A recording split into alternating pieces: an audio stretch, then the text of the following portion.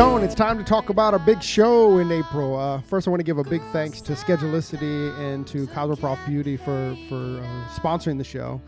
In Maryland, April 7th and 8th.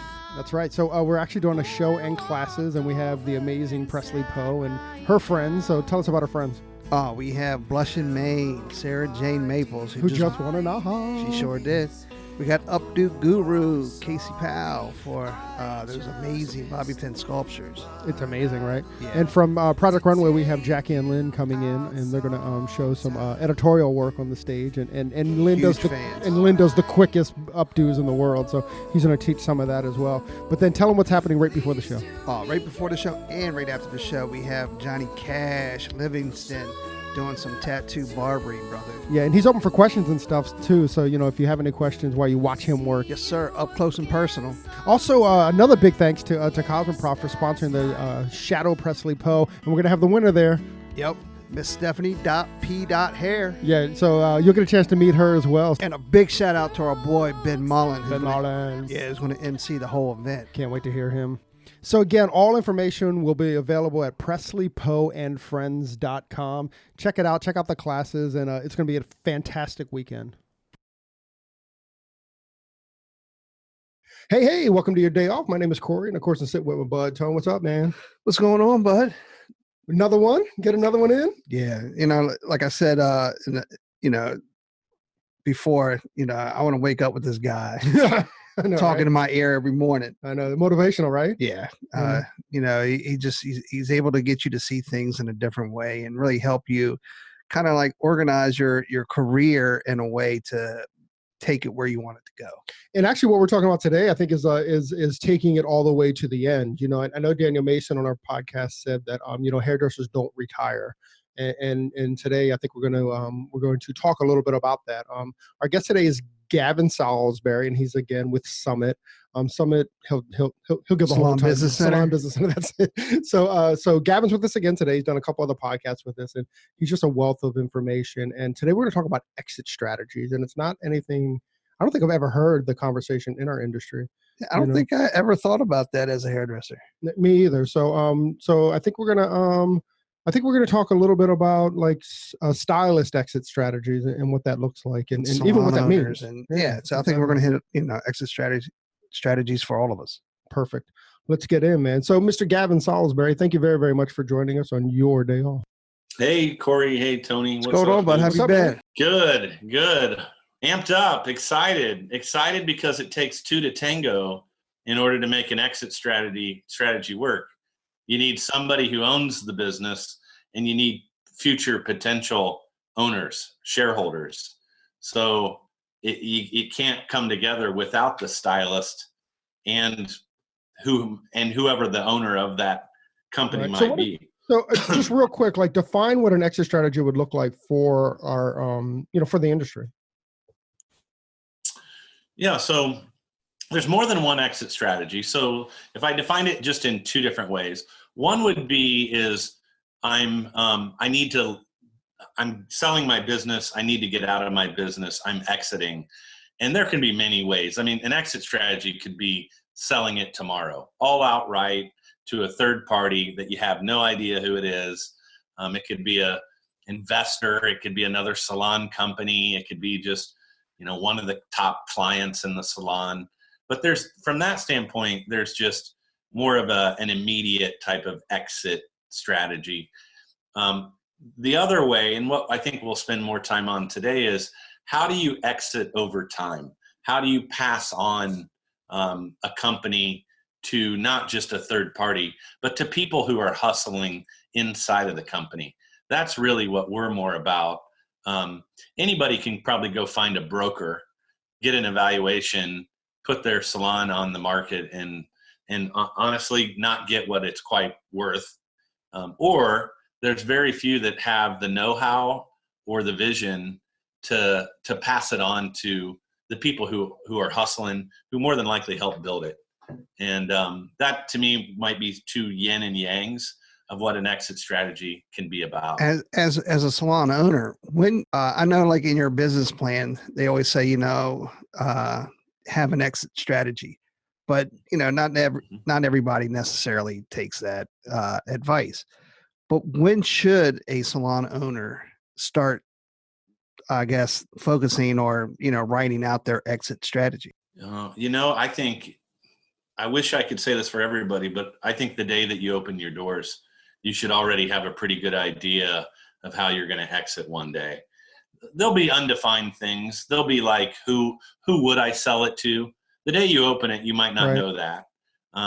You probably aren't going to know what the value of it is the day you open, and you might not know how timing of it. I mean, you might have a range. It might be 20 years, 10 years, 30 years, who knows? But I think, those things, as time reveals itself, you'll start to understand more about that. But you should still have the concept. So like me personally, if I put my salon owner hat on, then I knew the day we signed a lease, I'm not going to live forever. My wife's not going to live forever. We want to pass it on. We want it to be there after we're dead and gone. That's just to me, the definition of leaving a legacy. And I want to leave it in a better place than I acquired it. And that's just, to me, what the success of an exit strategy should be about. So I already had an idea. That's how I want to do it. And I want to pass it on to my key stakeholders, my employees that have really helped develop and build the organization. So I think you need to know from the day that you begin, you got to have some kind of rationale of what would this look like over time. So you keep bringing up like stakeholders. So are you giving, like when you're setting up your salon, are you giving, I don't know, percentages of the business, or are you giving like quote unquote stocks to your employees? Yeah. So it depends on if you have a LLC, then you're selling memberships. And if you have a S corporation, then you're selling stock. So in essence, it's still the same. It's the same. It's getting into some legal stuff that just how companies are organized. But so yes, you're going to sell either memberships or stock to key employees. I got to see it in my life. If we go back and just, I got to live it. I've lived it actually three ways. I've lived it watching my family do it. My dad owned 6 children's clothing stores when I was growing up throughout the state of Indiana. My mom owned a little hair salon. And in 1983, if you would have asked everybody at the country club that my dad played golf at, who would have more money in retirement, they would have said, hands down, my dad would have. But here's what happened. My dad chose to just kind of own it himself outright for his whole life. He never brought on partners. He never empowered people. He never gave a piece of the pie to those that were helping grow the brand and company. So that was his path. And truly, he didn't know that there was a different way. No one had came in and taught him elsewise. But my mother, on the other hand, linked up with Randy Kunkel. And Randy just knew, you're going to have to retire one day. You've got some really great people. Why don't we pass it on to the next generation? So long story short, I got to watch like both parents. By the time my dad was done, he had one location and he literally just shut it down. Wow.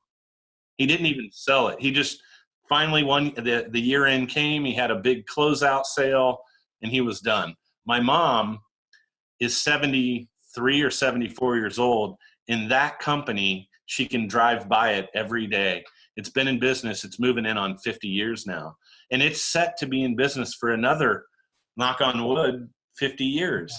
So she passed it on, and the reward is so much greater, not only, to be able to leave a legacy like that, but financially, she had something to sell where my dad just kind of dwindled the business down to really nothing. So I saw that. I also live it. I'm a shareholder inside of the Summit. So I also understand what it happens. If you want to get a company to be a really large company, you can't do it on your own. I mean, we even teach that. I read that in business books. One human being can effectively lead 10 people. So when you're starting to get into companies, and this is what I'm excited about from the business side of the industry is we're going to have a lot of consolidation as we move forward. I don't think we're going to become like the hardware stores did. But when you look at the hardware stores back in the 70s and 80s, there were lots of them, family owned. Now that every town has like 3 or 4, Lowe's, Home Depot, Menards, like there's True Value. There's like 4 or 5 restaurants. Look at restaurants. There used to be tons of family owned restaurants everywhere. And you still have family restaurants, but you have a lot of, the chains all over the country. I think you're getting to that point in the beauty industry that having just one location is kind of like a small farmer trying to farm a plot of 400 acres and feed the whole family. It's getting more difficult to just be able to really use one location to kind of make rain, I guess, for everybody to be happy. So you're going to need more humans. We're going to need more hairstylists. We're going to need more associates. We're going to need more salon managers. We're also going to need more salon partners, shareholders. So I got to see it from my own being at Summit and how we've grown. And then I helped salons. I probably have helped, I'd say 12 or 15 salons over the years. When they want to do it and they have key employees, I teach them how we can sell it back to their employees, build a bigger ownership foundation so that we can grow, expand, and really effectively lead. Well, let's get into that. So if I'm a salon owner and I want to sell it back, like what does my business have to look like so I can start selling shares back and I can like have an effective exit strategy at the end of my career? Yeah. So you want to have a profitable company, which is, easier said than done, but you'd want to have a profitable company. You'd want to get an evaluation. There's a lot of different ways to value companies, but at Summit, we offer that as a service. We'll help you do an evaluation. Then once we have a dollar amount, just like if you're going to sell your home, you'd go and get an appraisal. We need to get the business appraised. Once we have the appraisal, now we need to look at who would be potential owners. Like if you owned the business, who would you be willing to go into business with? And sometimes that's easier said than done as well. Sometimes you've got 2 or 3 people, and sometimes you maybe right now don't have anybody that you can really, you have that vision. But once you do have a couple of people that you think would be, they would make good partners. Maybe they're high-level stylists. Maybe they bring a different skill set, a different knowledge base, different talent. Maybe they've always wanted to get more into management. Maybe they've always dreamed of owning their own salon. Maybe they've already been so bold to say, I don't want to be a hairstylist the rest of my life, but I don't want to leave the industry. What am I going to do? And that's real fears that people in our industry will have. If I've got a couple of people that kind of fit those different molds, and I've got a value to the company, now it's a matter of me deciding who would be those 2 or 3 or whoever that would be. And then what % do I want to sell them? If I'm getting ready to exit, let's say in the next 10 years to totally sell out and be totally done, I'll probably offer enough shares over the next 10 years where I become 0% owner. I'm going to sell out 100% of the company. But if I'm only 35 or 42 and I can see my runway is a lot longer and I might stay in it for another 20, 25 years, I might start by just offering a smaller allotments, 5%, 10%, 15%. I might want to keep 51%. Mr. Kunk always says that 49% of your company's dead equity, meaning there's no difference between owning 100% and 51%. You still get to make the final decision. But yet you can unlock equity in the name of 49% of your business could be sold to key employees so that you can help them achieve their dreams, their financial, future that they want to set up for themselves, and help the company, the greater good of the company, with having a greater ownership team versus just a single owner. Wow. That's pretty cool, right? Yeah. Like I'm trying to kind of figure it out in my head, like how it would how it would work. And then like, even if you're like 10, even if your exit strategy is 10 years away, I mean, would you still hold on to your 51% for, until the day you leave, or how would that work? There's lots of different strategies. I'll give you one example. So if you did know that you're going to be, you want to stay involved in the operations for 10 more years, and who knows, you might be behind the chair full time. You might be behind the chair 3 days, management 2 days. But if 10 years, you still see yourself hustling, you might sell a piece of your company over the next 5 years. So you might sell, let's say, 30% of it over the next 5 years. But then when you get to year 5, your buyers have paid off the ownership has been paid for. They've paid the 30% off. Now you still maintain or retain 70%. You might at year 6 go ahead and sell off the remaining 70%. A lot of times that's sold to the original buyers. They get the first right of refusal to buy what remaining shares are offered. That's pretty cool, man. Yeah, I mean, that's such a level that I think every salon owner, I guess, needs to take in consideration. You know what I mean? Instead of just dude, I'm learning so much. I have so many things running in my head. It looks all jumbled right now. You got to work it all out. Looks like my right? paper that I'm writing on. You know what I mean? It's like, yeah, so many questions. There's things that, we've never, at least I've never really considered, Neither have I. I mean, like we work for a company that I think their end game was to, sell 15 salons to a big corporation, like Gavin was saying earlier. But, just to kind of scale that down and like to sell it to their employees, like I've never kind of even like thought that was an option or how that strategy would work. It's going to get more, it's important today, but this is where I get passionate. We're living longer than we've ever lived. And that's not going to, I don't see that data turning backwards. I think we're going to keep aging. So then you start to look at how long can the average stylist earn income behind the chair? What age would you guys like even, I don't know the number, but what do you think?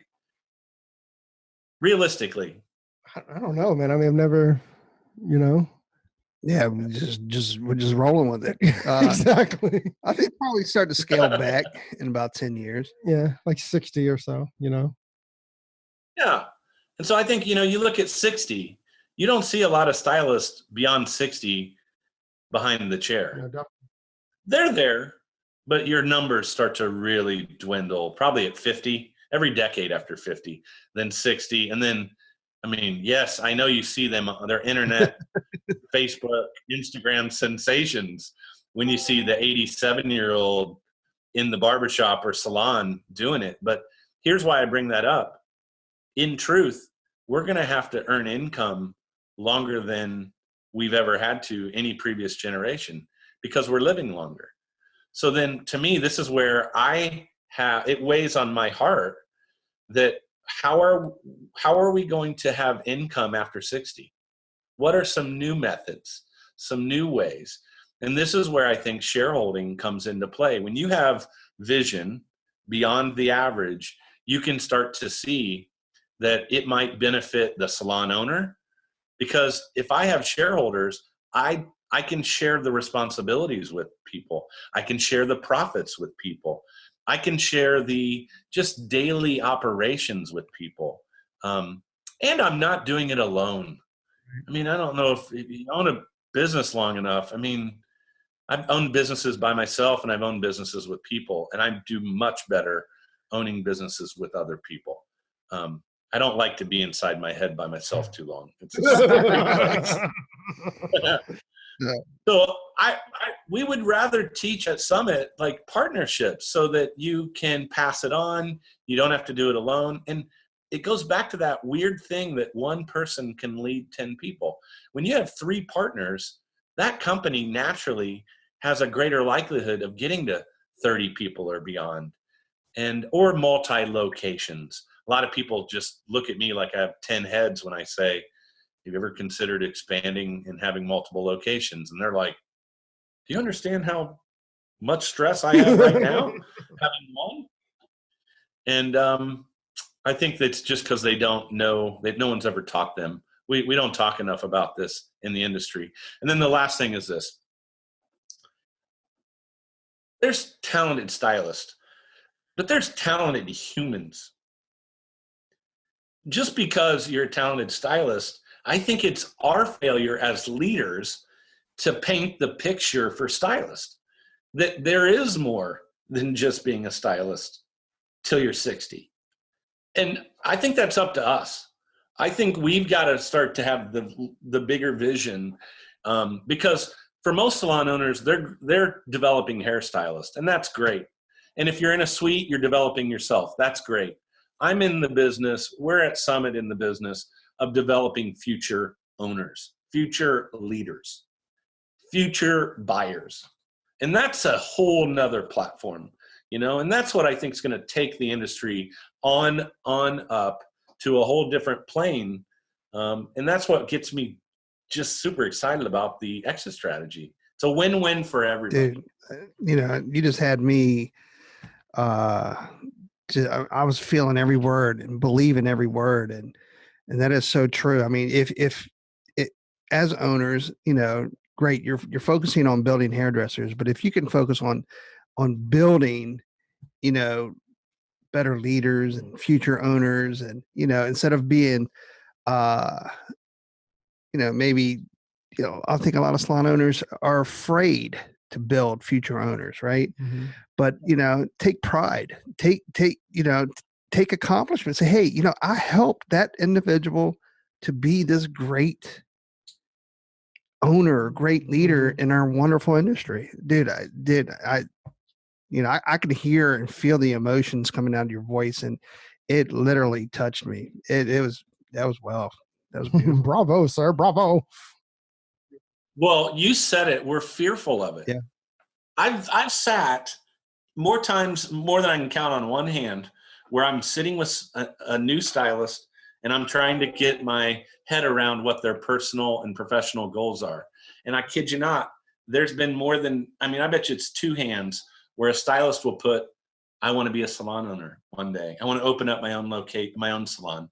And when they share that, and I'm sitting in an office and it's me, that stylist, and the owner, they'll literally keep their head down.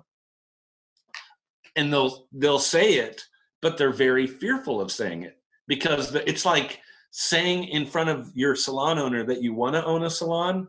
That's like, I don't know who said it, but oftentimes it's like taboo. Right. And when I hear that, I'm like, yeah, baby, that's what I want to hear. I want to employ, in a perfect world, 100% of my stylists would all want to own their own salons one day. And we want to do it together. And we want to lift the industry and have core values and a mission statement and really build a brand that I know there's some good salon brands out there, but we're still an industry of onesie brands, one location kind of brands. You get a team that really sees a different plane, and it's going to serve the community. It's going to serve them in the long term financially. It helps the owner, again, pass on something that was their dream to others and help fulfill their employees' dreams. So it's so cool when you do it. And we've done it at Summit. I don't know the exact number, but I'm going to guess we're over 200 or 300 would be the ballpark, that we've done what we're talking about with 200 or 300 salons in the country. That's awesome. Way to give back, sir. I know, right? All right, Mr. Gavin. I think this is our exit strategy here. Mr. Gavin Salsbery, thank you once again for joining us on your day off. Hey guys, thanks so much. I'm grateful. It's been fun, and I look forward to coming back sometime. Thank you. Hey, so there it is. Hey, this is a message that we've been trying to bring, I don't know, for the last couple of months, actually since we started the podcast. Hey, so if you like the podcast or if you find that it's useful, please leave us a review, a 5-star review on iTunes. Leave us a rating and a review. But if you don't like it, forget about it. Yeah, totally forget about this message. We also want to thank Sarah and Blaine from Pretty Gritty. Sarah and Blaine, they are a band out of Portland, Oregon, and we just want to thank them very much for allowing us to use their song, Pleased to Meet You, on our podcast. That's cool. I think you can find, actually you can find their music on iTunes. Peace and hair grease.